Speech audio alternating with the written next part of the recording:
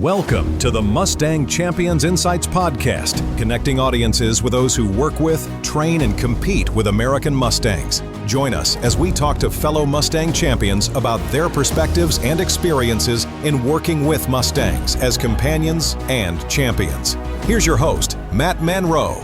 So I would like to welcome you to the Mustang Champions Insights Podcast. Mustang Champions is a nonprofit. We work in partnership with the Bureau of Land Management, Wild Horse and Burro program to help them get Mustangs that have been gathered off the range, get them adopted and purchased and into private care, or as we say, into homes. I am Matt Manroe. I am the Executive Director of Mustang Champions. And with this podcast, we hope to introduce you to people from different backgrounds and experiences that currently own or have worked with and trained Mustangs for competitions, for workhorses, or just to be great companion horses. But our desire here is for you to start to understand the difference between domestic horses and Mustangs, and just understand how versatile they can be, in the hope that the more you know, the more you learn, that one day you'll own a Mustang of your own. I am here today with Craig and Katie Moore, and we have known each other for many years through many experiences. And welcome, Craig and Katie. Hey, how are you? Hey. I must say that you're highly unique in that we'll just get started with this one. You met through Mustangs, I do believe. Yes, that is true. And you maybe got married and maybe now have a daughter. We do. Yeah, that's also true. So I just, when the two of you start meeting around the Ocala competition? No, it was actually a 2018 Fort Worth competition. When we went to Ocala, we were actually already together. So, well, it has been an honor to watch for sure. Yeah. You make it, yeah, it looks like you're having a great time. So, Katie, if you don't mind, if I could start with you, just go back a little bit and talk about your horse experience growing up, and then we're going to talk Mustangs. So I grew up with horses pretty much my whole life. My mom had been into horses before I was born. So when I was a kid, we didn't have any horses when I was real young, but I started asking for riding lessons pretty early on. And I started riding when I was 7 and immediately started asking for my mom to buy me my own horse, of course. And I always love this story. She told me if I was still riding horses when I was 12, she would buy me a horse. Nah. And I got my first horse when I was 9. So I think I won that one. Nice. Nice. But she was always into Arabians. So that's what we got, was an Arabian. And I showed Arabians and in 4-H and Arabian shows all through my teenage years. And I first saw Mustangs at the Midwest Horse Fair. I don't know what year it was, but it was pretty early on, one of the first years that they started doing these Mustang competitions. So when did you compete with your first Mustang? 2012. Wow, that's fantastic. Fantastic. So talk a little bit more about your experience with Mustangs and the Mustang competitions that you've done, and maybe the number of Mustangs that you've helped gentle and place.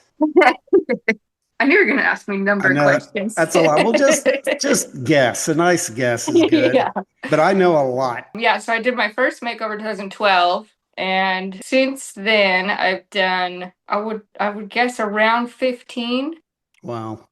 Maybe competitions. More. Yes, competitions. Yep. Yeah. And as far as generaling Mustangs, a lot more than that. Yeah. I did the tip program, so I've done quite a few tip horses. And then I also did a veterans program where I helped veterans train their own Mustangs, doing that too. So yeah, it's been a lot. Yeah, I was a part of doing videos while you were doing the veterans program, and my gosh, the impact on their lives, just incredible. So, I mean, that was a huge give back on your part in helping not only Mustangs, but veterans. So top 10s, my gosh, how many? A lot. I mean, you've been really successful. Yeah, I think that's probably why I keep coming back and doing it again, because It's a lot of fun, and I like to win. And honestly, when you do well, it pays pretty good, and the prizes are there, and it's pretty enjoyable to go home with good stuff. So I don't know how many top tens I have, but probably, I mean, pretty close to as many makers as I've done. I I was think going to I've say a only pretty not been in the perfect top 10 record. like twice. So That's funny. That's yeah. great. And I just think both you and Craig have been super innovative in your finals freestyle performances. I mean, it's always been fun to watch. All right, Craig, your turn. All right. First horse experiences.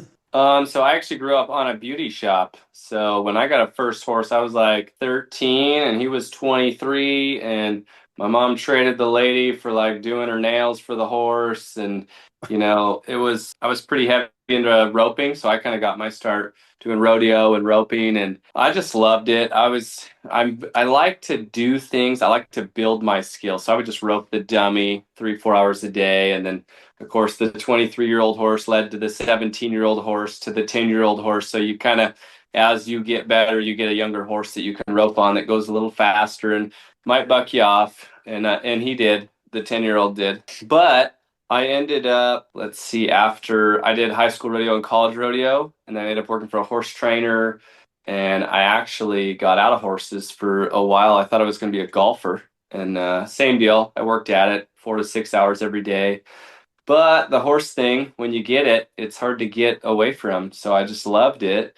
And I got back into it and did a colt starting in 2016. And those were Mustangs, but they were gentled through a prison program. So a little easier than a wild Mustang. You probably wouldn't want to try to start one of those in a 3-day competition. So I did that, and then I went down to Queen Creek. In 2016, they did a makeover in Queen Creek, and I watched that, and I was like, I am doing this.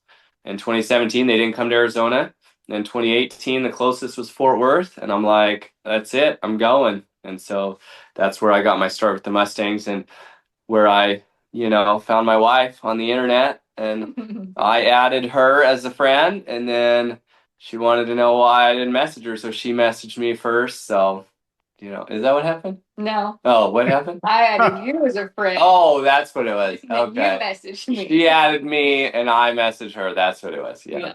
I got my memory sitting next to me so I can recall this stuff better. You asked if I was the one you saw on a website in a picture with my Mustang. Yeah, I saw her on a website with her Mustang and her burro and talking, and I was like, whoa, this girl's the real deal. And she is. Yeah, so. For sure. All right, so just take a moment. What's the difference? Help people understand the difference between Mustangs and a domestic horse. You want to go first, or in your points of view?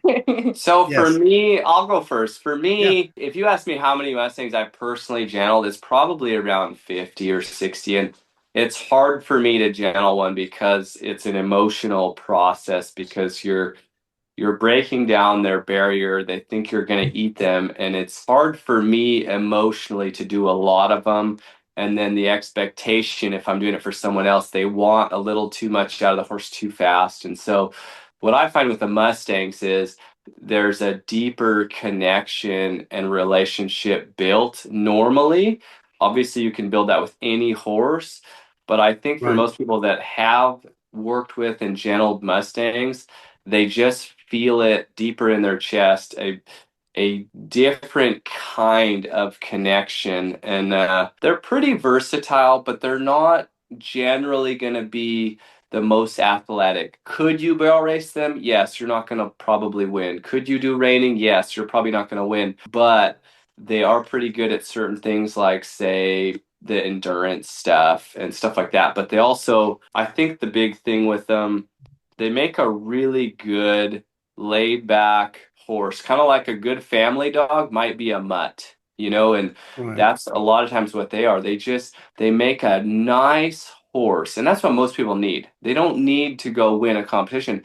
They just want a nice horse. And if you get a good one and you train it and it becomes safe, most people won't sell them. They're just too good and they feel the connection. And so that would be the difference for me with a Mustang, is probably just more of a deeper connection. Right. Katie, anything to add? like one thing I always think about that a little bit has drawn me to stay in the Mustangs is I've always taken something that people see that has to have no value or little value and, putting some time in and polishing it up and giving it a lot of value. So that's one thing I really like about them is like they're cheap. You can go get a wild Mustang for $125, and a year later you can sell it for 10 to 20,000 if it's a good one. And that's something that I think is really cool is you take something that a lot of people think is trash and make it really valuable. You really change their life. You take them, and some people believe you should never train a Mustang, but the people that train them and care for them, they're like, you can't imagine how much my Mustang likes its life and enjoys the things that it gets. And I think the Mustangs that live in the wild or live in, maybe holding facilities, I think their life's okay, but I don't think it carries the value and purpose and the companionship that they get with people. So I do think the Mustangs get a lot of value out of that as well. Could not agree more. So let's talk upcoming competitions. What are you thinking about? Well, I got one right now. A boy named Sue. He's coming 4. He'll be 4 at the January Mustang Magic. He's pretty cool. When I ride him, he reminds me of a half or a quarter draft. Like his feet are a little slower. He's a little heavier. I have a really good relationship with him. We'll see. I mean, honestly, I'll tell you something. It takes magic to win a competition, and you can take the best horse there and not win, and you can take the third best horse there and win. And the stars have to align. Things have to. I've come close several times. I've only actually won a makeover one time. I've got some runner-ups and stuff, but he's pretty cool. We want to do Fort Worth, but we're kind of thinking we'll wait till February, March and get horses and then just put in the time like a normal shorter makeover. Partly, I don't want 2 makeover horses at the same time. Like Sue takes a lot of time and a lot of mental energy from me, the way I think through my training and stuff. Right. And then we're trying to like add on to our arena and build a covered round pen. And so there's so much building going on at our new place here. It's like the Mustangs need a lot of time. And if you can't give it to them, it's like you kind of do a disservice to the competition you're doing. Mm-hmm. Yeah, good for you. So talking about your horse that's going into competition at Mustang Magic, that horse will be auctioned.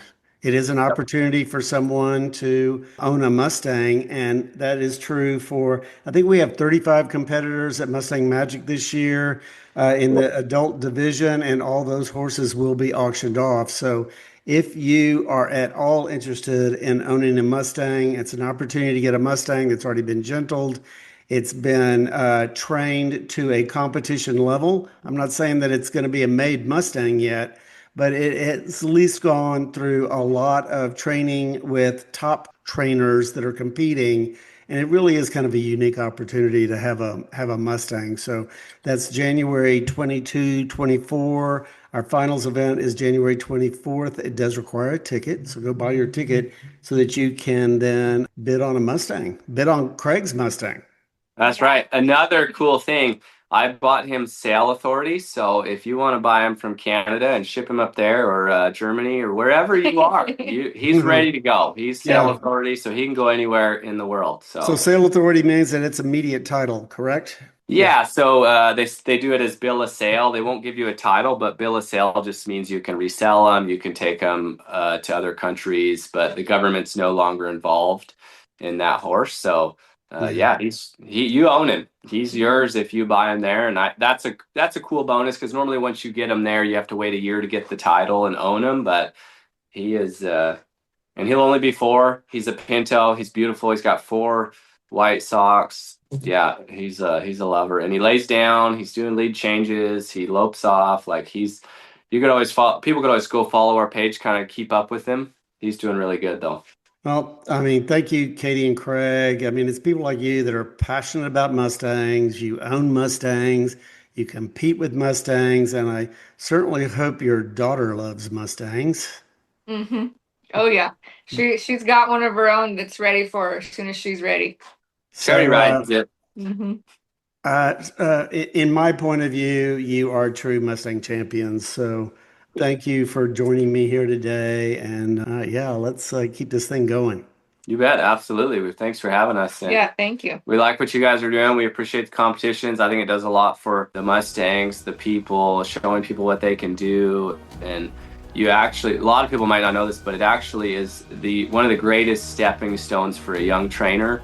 And it's one of the toughest tests in training to colt start a Mustang. So people that come through these type of programs can go on to be really good trainers. Well, again, thank you, and see you in Fort Worth. You bet. All right, we'll see you there. Thanks for tuning in to the Mustang Champions Insights Podcast. We hope you enjoyed this insightful journey into the world of the American Mustang. Please share this episode and contact Matt anytime at matt.manroe@mustangchampions.org. And join us again for another episode of the Mustang Champions Insights Podcast on the Equus Radio Network.